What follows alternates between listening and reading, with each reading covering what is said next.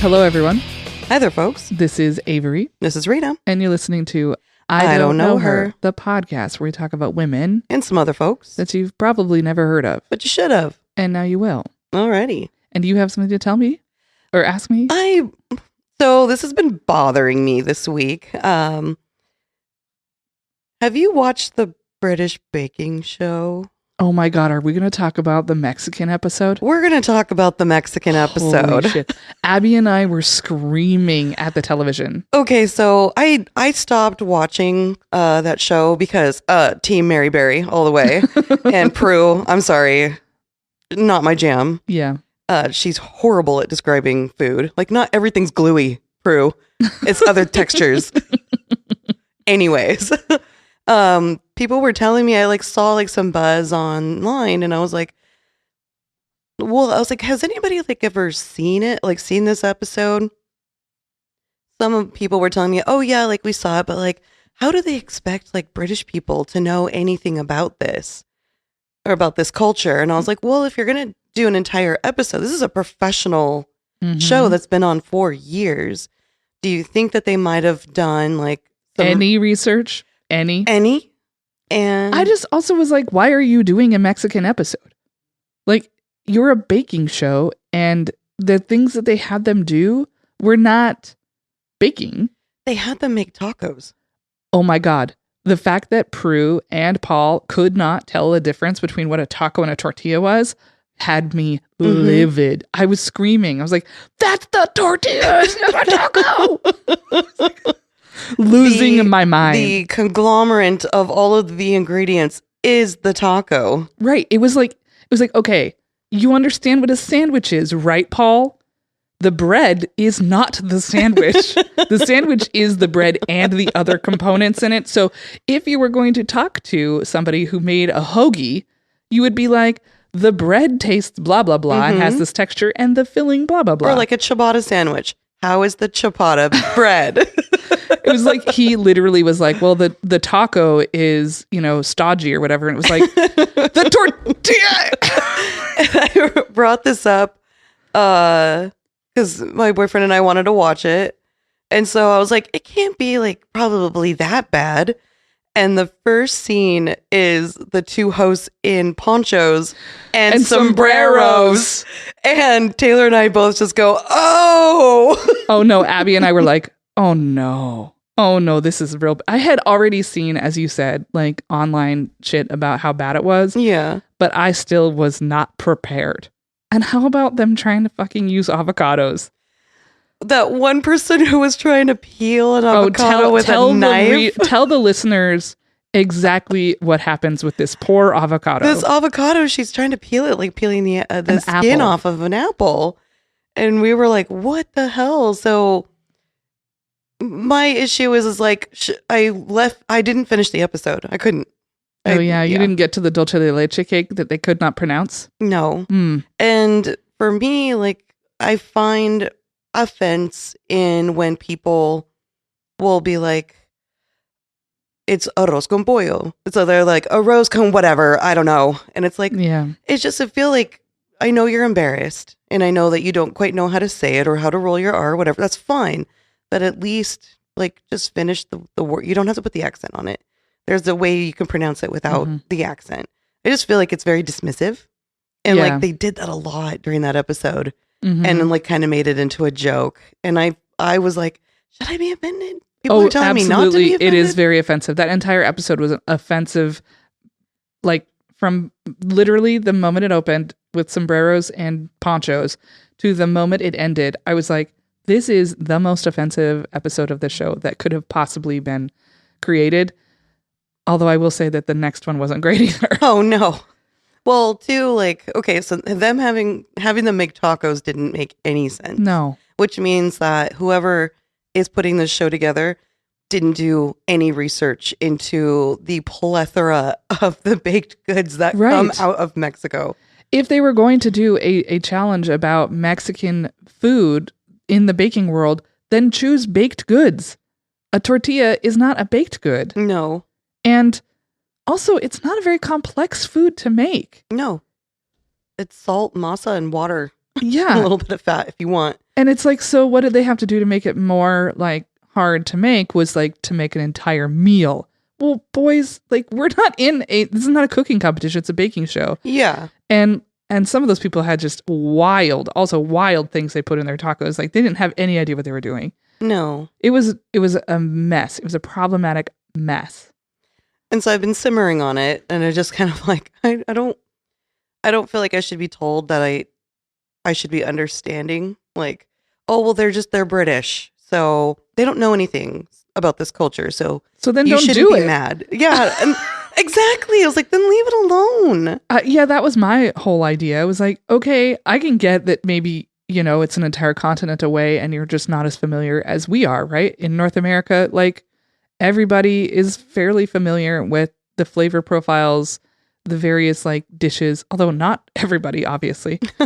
But like if you're in the Americas, you probably have some concept, some familiarity, whether that's because you went to Chipotle once or whatever. At least you have like some fucking ideas. These people are apparently not very familiar with it in a very like, I guess, authentic. We've talked about like, we hate that word, yeah. but they apparently don't have as much exposure. Okay, that's fine. Then don't do it. It didn't even seem like the hosts even tried. They clearly didn't know what they were talking about. They didn't know how to pronounce anything. They didn't know what the actual thing they were talking about was. Like, if Paul Hollywood doesn't know the difference between a tortilla and a taco, then he should not be the one judging anything. Yeah. That has to do with this food. Yep. Okay. I was like, I was feeling like I don't know. I was feeling conflicted because I was like, well, maybe I should like give these people some grace because but then I was like, am I rationalizing myself? You could maybe give the bakers some grace because they literally are just told what to do. Yeah. But like still. Yeah. Like, cause was that the technical? I think it was it was the first round, wasn't it? The tacos? Yeah. Was that the first round? No, that was the second round. So it was the technical. Mm-hmm. So they don't even have any choice. In a technical, they don't have a choice on what they do. Mm-hmm.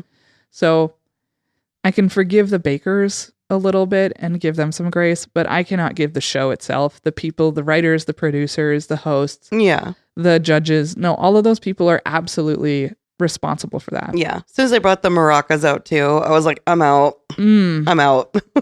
Oh yeah. One of the things somebody baked, they put a sugar skull, quote unquote, a sugar skull. They made sugar skulls, but it was just like fucking skulls. They didn't decorate them. I was like, that's not what a sugar skull is. Oh my God. Oh, and then someone put a mustache on their cake. I saw that. I think that's maybe when I tapped out.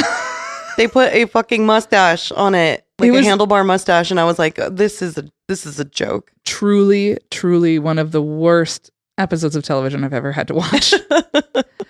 And so I apologize on behalf of all white people for having created that episode. I accept. Don't. Just say, I don't accept that apology. I don't accept. Fuck off, British. Don't do our shit. Leave it alone. Alrighty, you got a person today? I do. Alrighty. Do you know who Karl M. Baer is? No. Karl was the first person in documented history to have gender-affirming surgery. Ooh, okay. Mm-hmm. So before I even get started, this is going to be a 2-part episode. We're going to talk about Karl on this episode, and the next time that I have an episode, which will be 2 from now, I'm going to talk about somebody related to Karl. Okay. Karl was born, well, I also want to have one other caveat. The majority of my material for this comes from the book that Karl wrote about his life. And it was called Memoirs of a Man's Maiden Years, which is just fucking great. That is a beautiful title. And it's, he wrote it under a pseudonym, and he wrote it under an English pseudonym, which was N.O. Body. Wow. Right? That's cool. So it was written by nobody and nobody. It's fucking brilliant. Yeah. Right? And he did that in English. So like, it was very clear he meant it to be read that way. Mm-hmm. But he's German. So he was born Martha Baer on May 20th, 1885 to a Jewish family in Germany. In his memoir, Karl says that the midwife who helped deliver him congratulated his mother on the birth of, quote, a splendid little girl, and then called the father over and was like, something's wrong here. And he was born with, he never describes it, but some kind of ambiguous genitalia. Okay. Which we would call now intersex. Mm-hmm. So something about his genitalia was not straightforward. And so they decided to consult a doctor, and the doctor examined the baby and said, you know what? This genitalia is kind of feminine looking, so let's just say he's a girl.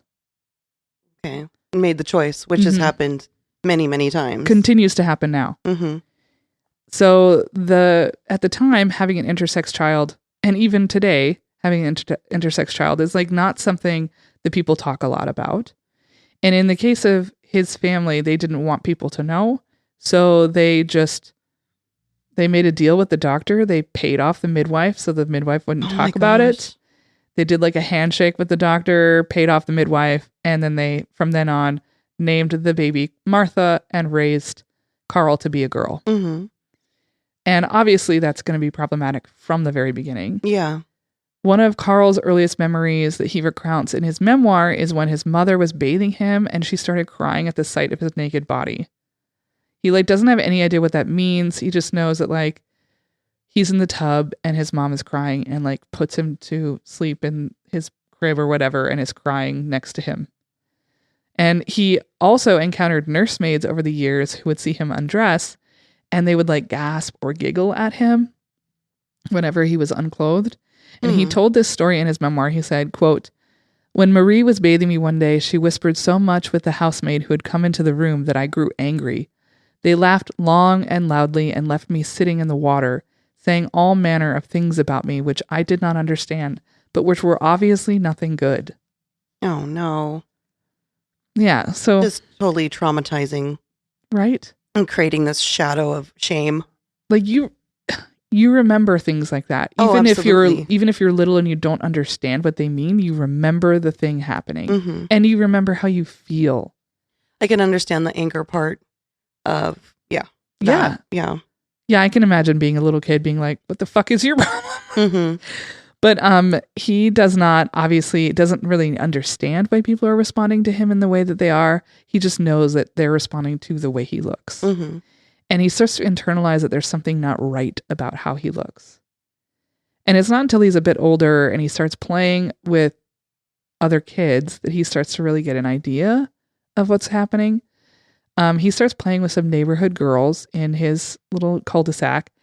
And you probably would remember maybe something like this. I definitely did. I always thought maybe it was because I was gay, but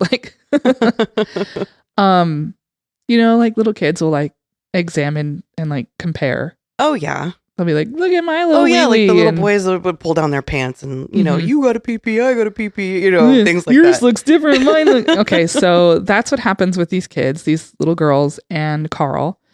And he says that when they were doing that, they started comparing their bodies and the girls said, look, she's very different from us. Pointing at his genitalia. So it's at this point he starts to feel different from other girls. And he has a natural inclination and attraction towards things that are traditionally masculine. Mm-hmm. So he wants to play the games that the boys played. He wants the toys that the boys are playing with. And even his actual physical appearance is more masculine than feminine, despite the fact that his mom is putting him in dresses and has long hair. Yeah. He still appears to be a boy. His mother is very alarmed at this and wants to take him to a doctor, but the doctor's like, no. He's super dismissive. He's like, no, we don't need to involve anybody in this. Okay. And that kind of gives you a window into their marriage and the roles that they're playing in his life, right? Seems like his mother is really suffering from maybe the decision she made. It seems like she didn't get to have a decision because the father was like, okay, we're going to do this and paid off the midwife, right? Mm-hmm. I'm not sure she would have made a different choice necessarily, but I think that she's very conflicted and knows that her child is different from other children and doesn't have the tools to help that child. Mm-hmm. So as you may have already guessed, Karl's home life wasn't great. In his memoir, he describes the family home as perpetually cold, dark, and unfeeling. He like even was like, I mean, they could have put up some fucking flowers here and there. He was really, really critical of the way his house was run and the way it looked. It sounds terrible. Yeah, he basically describes it as living in a cave. He also had a pretty distant relationship with his mother. He never felt close with her. And I think that's probably because she felt like, I don't know what to do with you. And so he never was close with her. And he had an antagonistic relationship with his dad. No. Karl when he first starts attending school, he like immediately hates it. But once he learns how to read, that really becomes his window to the outside world. Mm-hmm. And he falls in love with reading. He becomes an avid reader. He's always getting lost in books. And it's a good way to get lost. Yeah. And I think that seems very correct, right? Mm-hmm. In his reading, he can get into an imaginative world, mm-hmm. and he can be a boy. Yeah. You know, he can be the boy that's in the story. Yeah. When he is 9, he is put in. So prior to that, his school is a co-ed school. Okay. The regular like preschool, early elementary, primary school with boys and girls in it. When he turns 9, along with all of the other quote girls, he gets sent to a girls only school. Okay. So this is even another form of isolation that's Mm-hmm. going to happen. So the boys are continuing on a very academic track. So they go to a regular school and they learn regular shit that we would consider school. Yeah. And the girls, that's not what happens.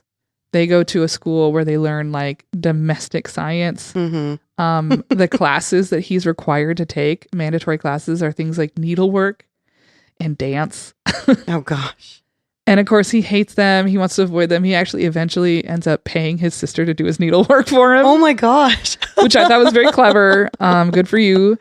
And he was like passing it off he would just be like really slow in class, and then he'd take it home and have his sister do it. Finish it. And then he'd bring it back in and they're like, oh, you did such a wonderful job. And he was like, yeah, I know. This is great, right? Good job, sis. And the only time he liked dancing was when he could like be the chivalrous one, Mm. which I thought was really sweet. Yeah. The girls at school also started to like, they get to that age when they're like 10 or 11 and it starts to become very sort of us against them, and you got to find your group that you fit in with. It turns into cliques. Mm-hmm. Yeah. It starts getting more cutthroaty. And people like pick out the kid that like that's the public enemy number one, and we can all attack that one kid. So that turns out to be Karl for a while. His former friends that he had played with in the neighborhood, right? They start leading the charge to taunt him, and they call all of the girls start calling him a boy. Because even the teacher, when he can't get needlework, is like, "Are you a boy?" Like, right? And so all of them are calling him a boy, telling him like, "We don't want to play with you. We don't play with boys. If you want to go play with somebody, you go play with the boys."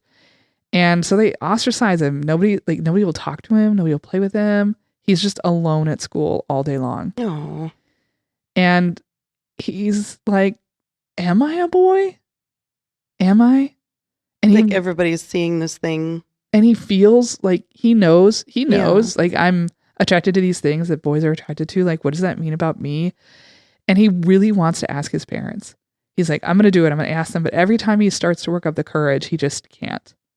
That's I couldn't imagine. Yeah, he wants to go to his parents and be like, am I a boy? Like, what's wrong? Probably fearful of making mom even more upset, and dad's going to get pissed. Yes, dad's going to disown him. I don't know, right? So eventually he does actually start playing with boys, and he describes himself as the wildest one of the bunch. They go romp in the woods. They play a lot of quote unquote cowboys and Indians, right? Like, that's the books they were reading. Yeah. So and they also pretend to be pirates. Like they're like building stuff in the woods. Yeah. It reminds me very much of like something you would have done. Yes. I would still do it. And he even like at one point they like had seen, I don't know if they'd seen something like a picture or if they read a story, but suddenly they were like really drawn to try to smoke. But they couldn't get access to actual cigarettes.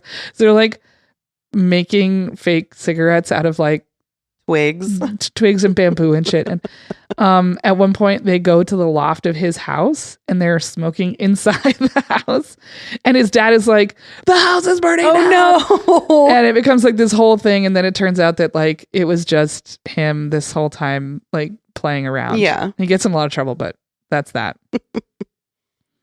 All the while though, he's still thinking like, am I a boy? What am I? What's happening? It's this looming question that's constantly hanging over him and he can't seem to shake it.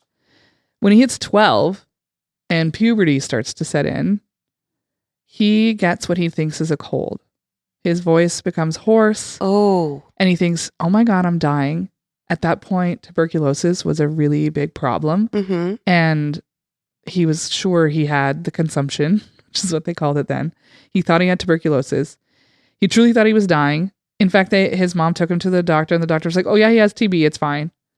Oh my gosh. And like just sort of brushes it off. And he's like, I've read the things. Like, I know people die from this and they're not treating it. Like, I'm going to die. And he starts I don't like this like island that everyone has put him on. Yeah. And they're just lying to him. They're just like avoiding him. telling him the truth and lying to him all the time. So he starts wandering away into the woods and like laying down and like, is this my final resting place? Oh no. It's quite funny, honestly. He's like so over dramatic because he's a child and he doesn't really know what's happening. Yeah. But having like that, calling on the sky kind of moment. And he's like, oh, I'm going to perish at any moment. But months go by and he's still alive and they've not treated quote unquote his tuberculosis. And eventually the cough goes away and the sore throat goes away. And instead he just has a deeper voice. Mm-hmm. And it's not until and he doesn't really understand it. He thinks like, oh, this sickness I had, like it permanently damaged my throat. And then he's hanging out with his boys, right? And the one boy is like, his voice starts cracking. He's like, it's happening. And he's like, what's happening? And the other boy's like, yeah, you're becoming a man. Oh and my gosh. He's like, wait, what? And that's when he figures out, like they tell him like, oh, our voices are cracking. That means they're going to go deeper. We're turning into men. Mm-hmm. And that's when he's like, oh fuck. Shit. And he starts to realize like, is that why I have a deeper voice? Is that what happened to me? Yeah.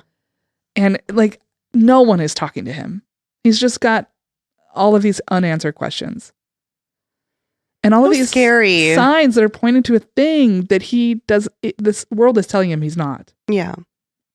But he's feeling he feels it.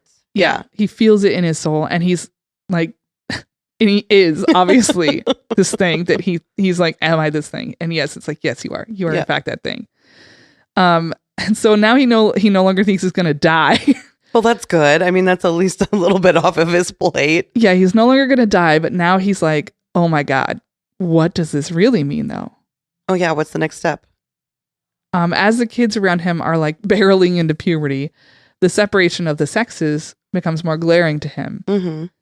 And Karl realizes that he is, once again, an island. His voice is deep like the boys, but he's been told he's a girl.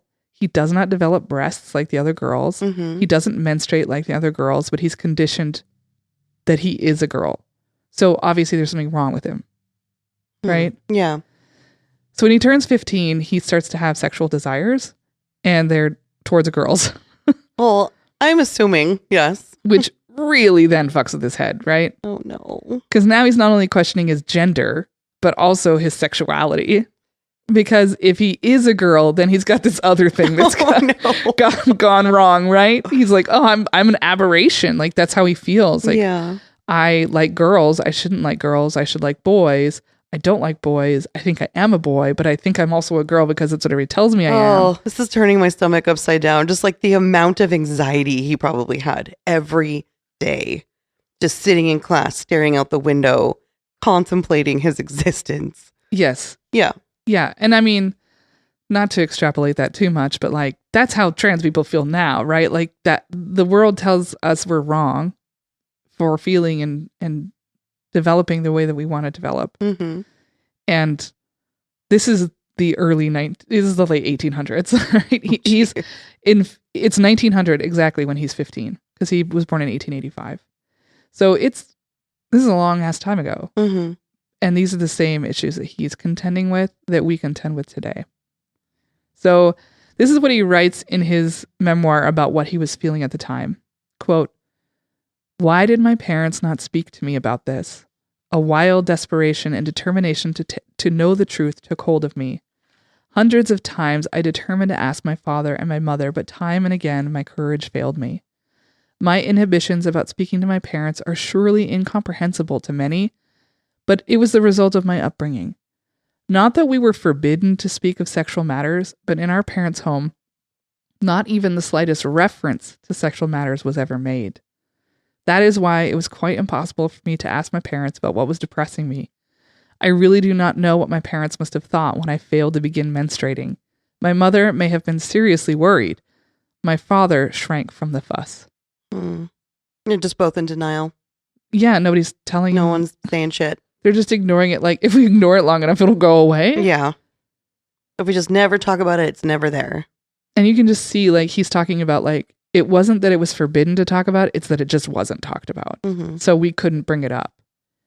So in his teens years, this whole time, Karl's family's financial situation has been, like, declining. Okay. Basically from the time he's a little kid on. Like, just things are getting progressively worse. And it goes from that sort of bad to drops off to terrible. And his father's businesses start failing, and along with it, his health. And his father dies, and the family is just left in abject poverty. And Karl now has to get a job. So he wants to go to school. It was just not impossible for girls to go to college at that point. For the most part, you had to have, like, money. So some of the next few years of his life are a bit ambiguous. So one thing I didn't mention before is that I told you he wrote it under a pseudonym, right? Yeah. N.O. Body. Also, he would change various details in the story so as to hide his real identity. Okay. So, for example, in the book, he says that he's a French Catholic. Okay. Instead of a German Jew. Yeah. And like, so what he does is he takes the thing that makes him different, so his Jewishness, and then he finds another thing he could put in the thing that makes him different. So in that one, it was French, right? He came from a French family. So he would always find an equivalent that he could like follow the same vein kind of thing. It would like stand in for the thing he's really meaning. So that's why this part is like, I'm not entirely sure if this is accurate or if it's a representation of what he really was going through at the time. So he is starting his first job, and he says that he worked as a shop girl. Like, he was in some kind of like clothing facility that made like dressed things. I don't know. It was a little ambiguous for me to understand even exactly what he was doing. But there were other shop girls, and he lives with them. Like, they all live in like a little complex together or something, like a little apartment building or whatever. Which makes sense. Like, they all have like small jobs. They all share probably a rent. Yeah, and they're all like in their teens and maybe early 20s. They're probably not allowed to live alone. So exactly, you have to live in a group. And so he is definitely like, he's not fitting in with these people, and he's relegated to the girls' work, right? So he's supposed to be with these girls, and he's pretty masculine at this point. He's in his late teens. He's never menstruated. He doesn't have breasts. He has a deep voice, and he started to grow facial hair. Oh my gosh. Yeah, so he does not look like the other girls, right? And because of all of the harassment and embarrassment he had gone through as a child, and because he knows there's something wrong with his body, he does not want to be undressed in front of them. But all of the girls get ready together in this one big bathroom. And then, so him not getting ready with them makes them start to wonder about him, and they start to believe that he's not hygienic, that he's not cleaning himself. And so they start like calling him a dirty person, and they're just convinced that he is just, that's what he is. He's unhygienic and he's dirty. So what had been happening though is that he had been bathing and things like that, but he would do it like when no one was around or in the middle of the night. And so one time he's in the tub alone, and it's during a time when somebody realizes, and they get everybody else, and they bust in on him in the bathroom in the tub. And they see him, and they're like, oh, now we get it. Like, he either hid his like lower half, or they couldn't see it. All they see is his chest. Mm-hmm.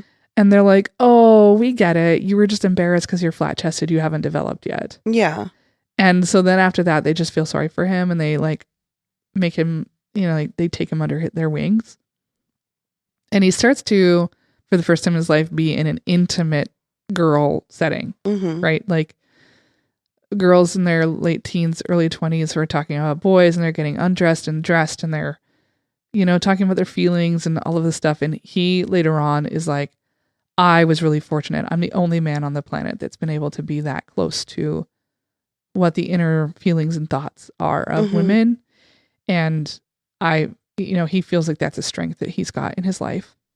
And I think he's correct in that. It reminds me of, was it Tiresias? He was a seer in the ancient Greek, I believe. Correct me if I'm wrong, everybody. But he spent time as a man and spent time as a woman. Oh, okay. And so he was like the wisest of them all. Anyway, so it reminds me of that.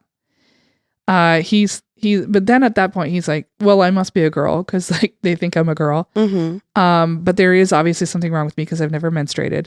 So he starts doing like research. He's trying his best to do research, and he determines that he is anemic. Okay. And that's why he's never menstruated, right? Because anemia causes a blood problem. And that's also why he's not well developed, because anemia makes you weak. So he's like, that must be why I don't have a period or breasts. Okay. Because I'm anemic. Just looking for an answer. But But he's also trying to hide the fact that he's not menstruating from everybody because it's embarrassing to him. yeah. So he had really elaborate routines to avoid anybody knowing. Like he figured out at some point that because they would send out their clothes and stuff to a washerwoman. Yeah. And he was like, oh, if I use the same one this entire time, the person's going to realize that I've never had my period because my clothes and my sheets won't be soiled. Yeah. So he switches washerwomen every 8 weeks so nobody Oh my God. nobody figures it out. Just the hoops. Yeah. Truly, the things he's trying to do to try to like fit in and not be like found out, right? Yeah. So Karl's day-to-day life was also filled with reading and learning. He was doing a lot of reading on his own. He was starting to become really interested in women's rights and feminism. He started to pick up pamphlets about it, and he started to become an advocate for women's rights. And he started lecturing his colleagues and sort of convincing them to believe in women's rights and believe in equality, and that the women at the job that they work should be paid better. They should have more like breaks. They should have more options. So he's like really becoming kind of a rabble rouser. At some point, it's a long story that involves him sort of doing a charitable good. He gets on the radar of a very prominent man who starts corresponding with him via letters and is like, you're like the brightest woman I've ever met. And I see a lot of potential future in you. I'd like to help you. So he's like, yeah, okay. Why not? This is great. Okay, so this man, he decides that he wants to help Karl, right? And he really wants to help him further his education when he finds out that Karl really wants to be something else. Actually, his real goal is he wants to be a doctor. Oh, wow. And this guy is like, listen, I can't help you do that because that's a lot of money and a lot of education. Yeah. But I can help you get more education. And that's exactly what happens. He helps him with education. He gets a job working for a Jewish organization called B'nai B'rith. And it is a Jewish service organization dedicated to helping Jewish people who were in vulnerable situations. Oh, that's cool. And he starts sort of giving talks. He's speaking with religious and community groups. He has lectures that he's giving on education, women's rights. And he starts to have admirers. Oh. Women who would follow him afterwards. Oh, really? And express their attraction to him. He even had like a, I wouldn't call it an affair so much as like he had become acquainted with this girl and she was very like enamored with him and was like, you gotta come stay with my family. And they became really close friends, but also were like holding hands and kissing. Mm-hmm. And her family was like, oh, this person is such a good influence on you. And of course they didn't think anything of their friendship. Yeah. But that relationship was not long lived. But fate did have something else in store for Karl. He was chosen for a very special job. He was sent all around Eastern Europe to work on human trafficking, particularly of Jewish girls. And he was working also on women's rights and on women's education. They're very progressive, movements. Oh, very progressive. Yeah. He I don't know if I put it on here, but he was speaking about universal kindergarten. Like, you should send your kids to kindergarten. Women should have jobs and they should have the support for right to work. He also specifically was helping establish more checks at the border to help curb human trafficking, because poor Jewish girls were being picked off for sex work and trafficked around Eastern Europe. And he was helping curb that problem. And he became really popular. He became somebody people knew about. They knew who he was. He was written about in newspapers in Germany and all across Europe, particularly in Jewish publications. They knew who he was. Mm-hmm. And it was no surprise. He was in high demand. He was being asked to come speak at a lot of things. He was being, B'nai B'rith was sending him at a lot of places. And Karl was eventually invited to Ukraine. And he was greeted at the train by a beautiful woman who he was immediately attracted to. She invited him to come stay at her house, which was fairly common when a guest speaker would come. You're hosting. Yeah, you would host them at your house. But the attraction between them was mutual and very strong. Got like a knife. That first night, she put her arms around him and said, "I want to kiss you. May I?" Ooh. And that was that. They were madly, deeply in love. He said that the first time he saw her undress, he called her a queen. He's my gosh. He was like, "I have no other way to compare it. That's what she looked like." When he had to leave to go to other towns for other talks and lectures and stuff, she would come with him, all around Ukraine and all over Eastern Europe. And when they weren't together, she is all he can think of. She's all he sees when he's looking out at an audience. When he's going to sleep, she's who he dreams about. And every day when he writes in his journal, he's writing about Hannah. But this began to dredge up some pretty familiar anxieties for him. This is what he wrote of that time. "Worries and doubts tortured me again and again. What was I really? A man? Oh, God, no. That would have been indescribable joy. My whole life seemed like a powerful illusion that covered up the truth. Everyone considered me to be a woman.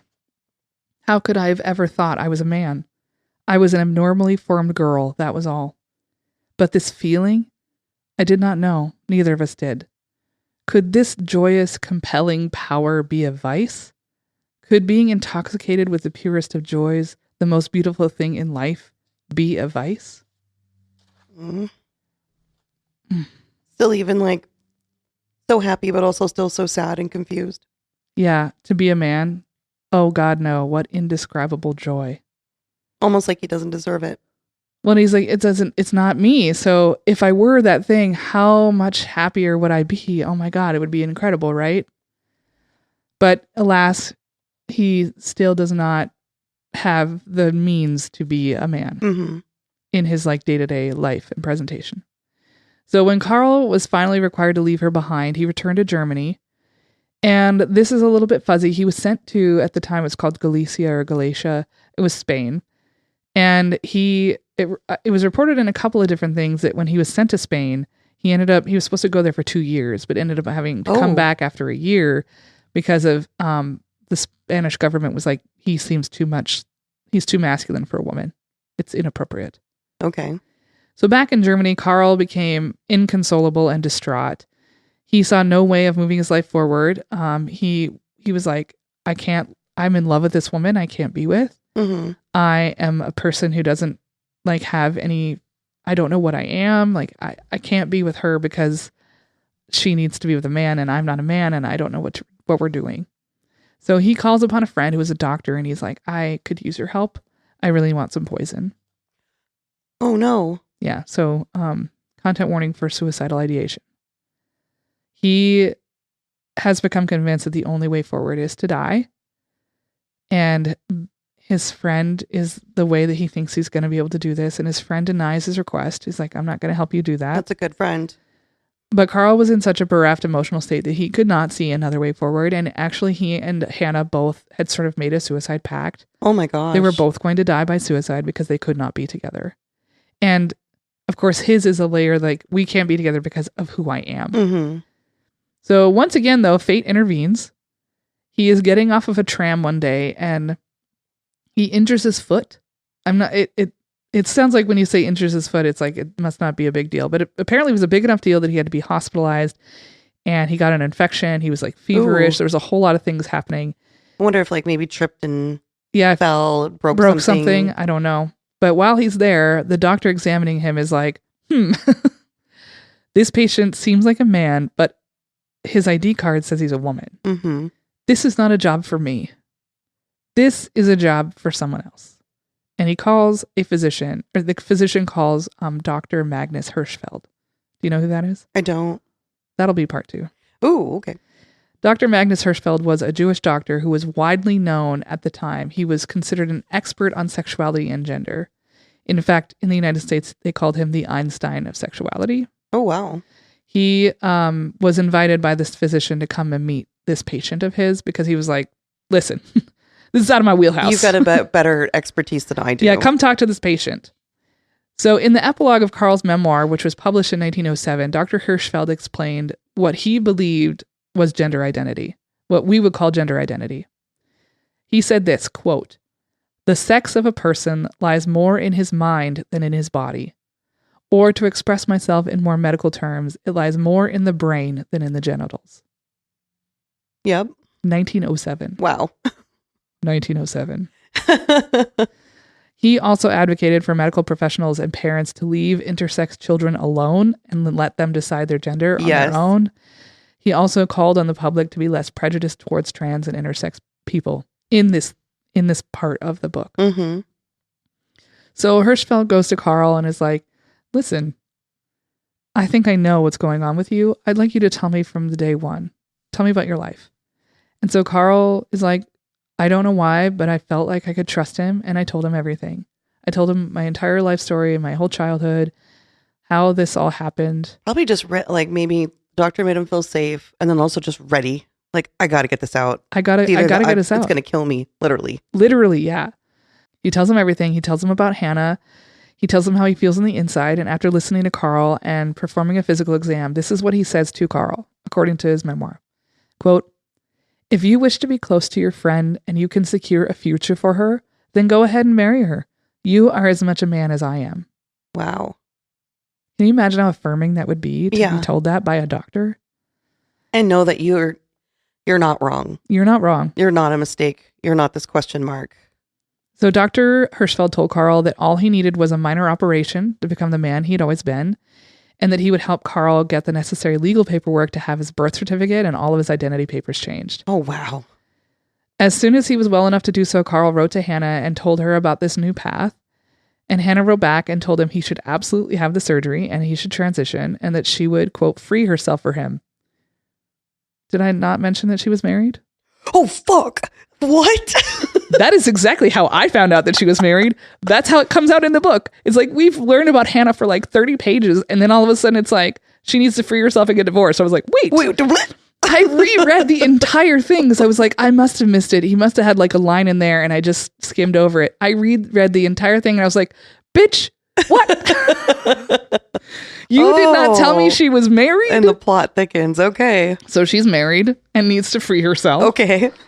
And so the couple decides that actually Hannah needs to have her divorce finalized before Karl goes through his surgeries and gets his identity changed because they don't want there to be any roadblocks in their relationship. If anybody finds out that like he's doing this and then she's divorcing. Yeah. So they want him to be done or like her to be done with the divorce and then he'll do his thing. And they'll go forward. So when Hannah's divorce was finalized, Karl wrote to his boss and said he needed to leave his position for health reasons. Then Karl began the difficult work of telling his family and other people. His family ended up being better about it than he had anticipated. His mother was like, "Yeah, you've never been a girl." Mm-hmm. So she said, "You should do whatever makes you happy." And he said, that she said, as long as he avoided, quote, causing unnecessary sensationalism and gossip. Okay, so like we're fine with this. Just don't cause a stir. Don't stir the pot. Yeah. Yeah. So Karl began physically transitioning after that. He cut his hair into a short men's style. He started buying and wearing men's clothes for the first time, which he talked about made him feel naked because there's so much less clothing that men wore than women at the time. Yeah. So his clothing was like he could feel this. He could feel the like weather on his skin, and he was like, "This is weird. This is weird. Why don't I have 17 layers between myself and the world?" And he started to learn how to change his mannerisms and customs. But he worried that Hannah would not be in love with this version of him. Quote, at this time, I first had myself photographed again and sent Hannah my picture. Oh. In general, people were of the opinion that I had changed for the better. She thought so too.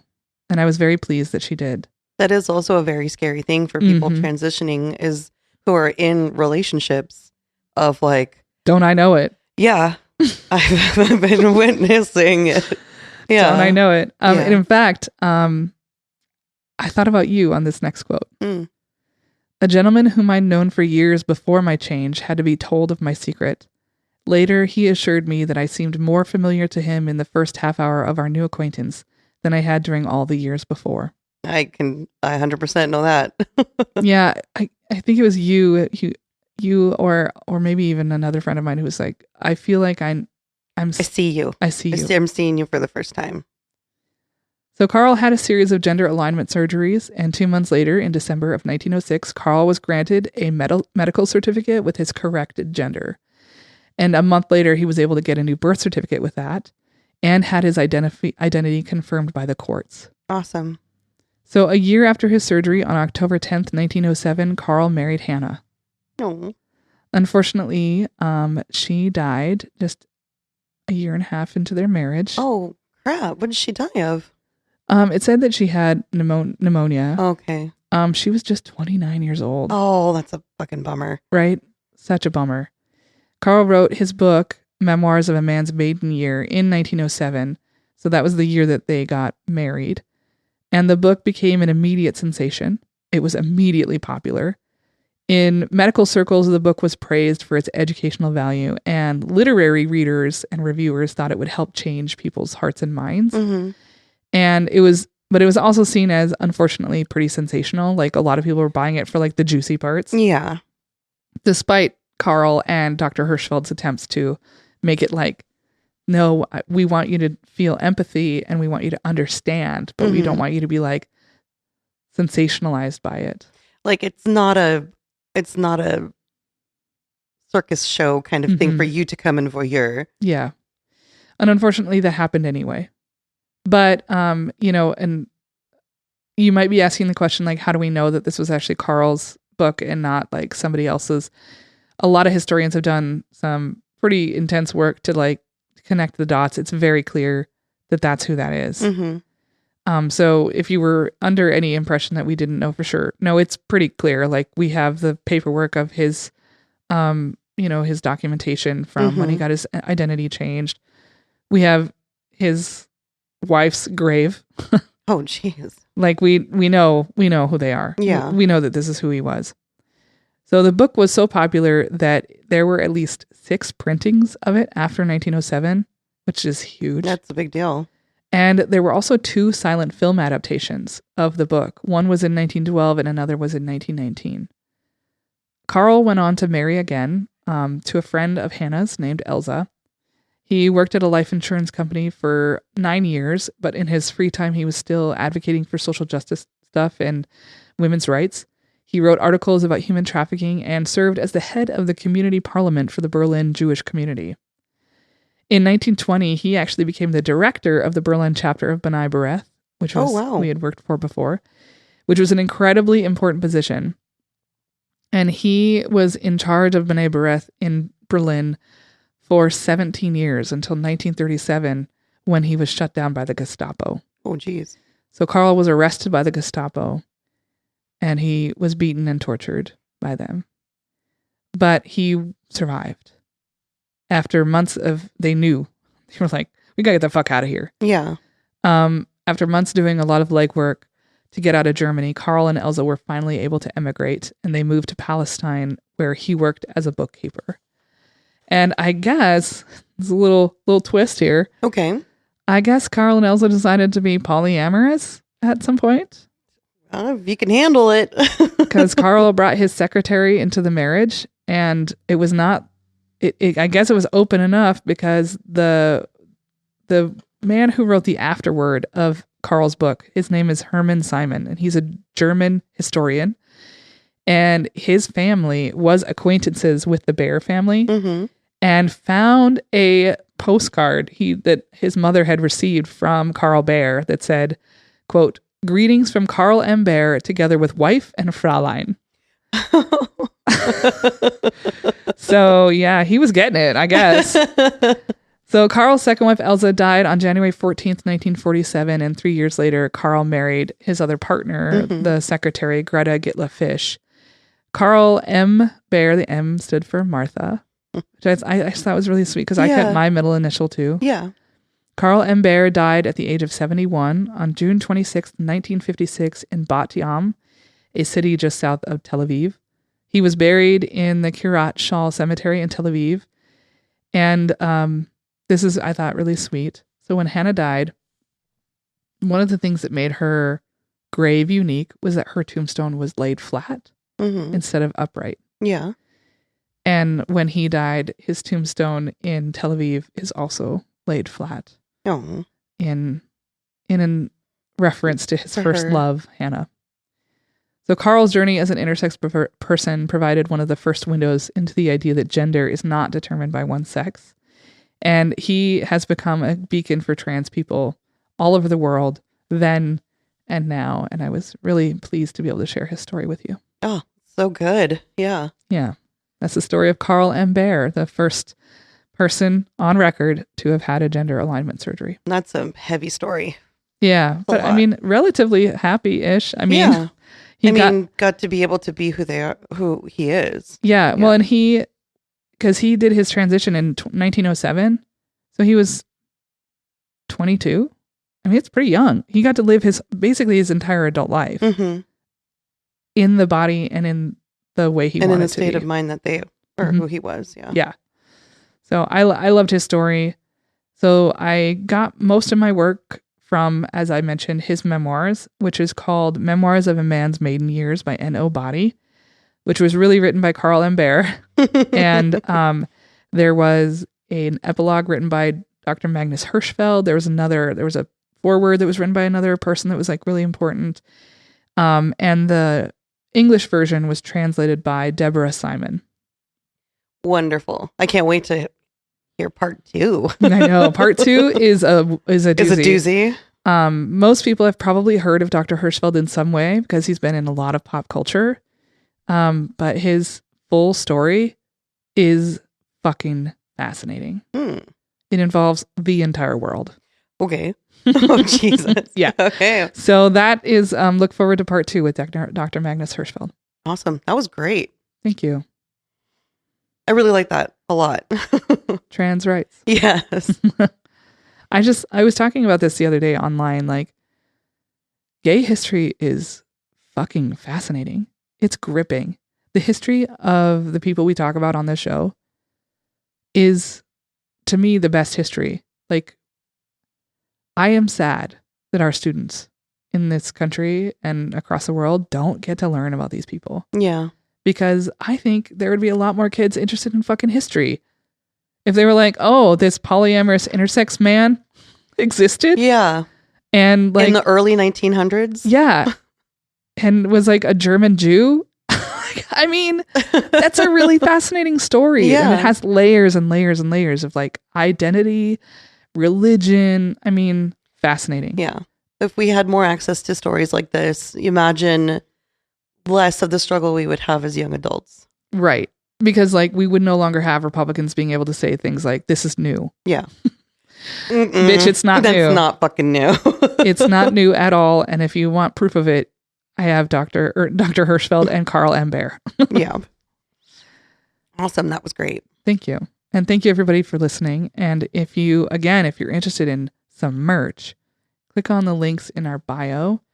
We have just a little bit left, but we'd like to get all of our t-shirts out to our lovely listeners. So please take a look at that. And we'd like to say thank you to Lucas McIntyre, who's also in the room with us today at the beautiful downtown Spokane Central Library. Yeah, say hello, Lucas. Hello, Lucas.